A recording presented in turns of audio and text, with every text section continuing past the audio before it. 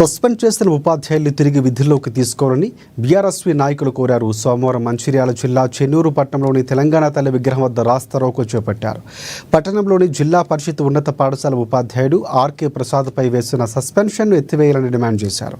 ఉపాధ్యాయుడిని తిరిగి విధుల్లోకి చేర్చుకునేంత వరకు ఆందోళన చేపడతామని తెలిపారు. పోలీసులు ఘటనా స్థలానికి చేరుకుని రాస్తారోకో చేపట్టిన బీఆర్ఎస్వీ శ్రేణులు పోలీస్ స్టేషన్కు తరలించారు.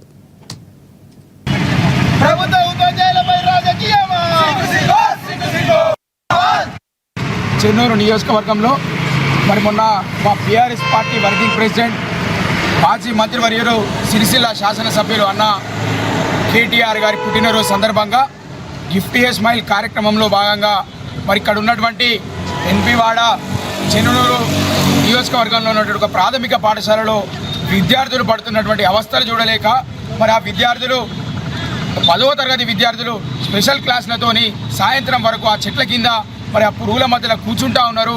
నా విద్యార్థులకు ఇబ్బంది అవుతూ ఉన్నదని గ్రహించినటువంటి బీఆర్ఎస్ పార్టీ చెన్నూరు నియోజకవర్గానికి సంబంధించినటువంటి ఇన్ఛార్జ్ ఎవరైతే డాక్టర్ రాజా రమేష్ గారు ఉన్నారో వారు మానవతా హృదయంతో రాజకీయాలకు ఎలాంటి సంబంధం లేకుండా రాజకీయాలకు అతీతంగా ఆ విద్యార్థులకు కేటీఆర్ అన్న గారి పుట్టినరోజు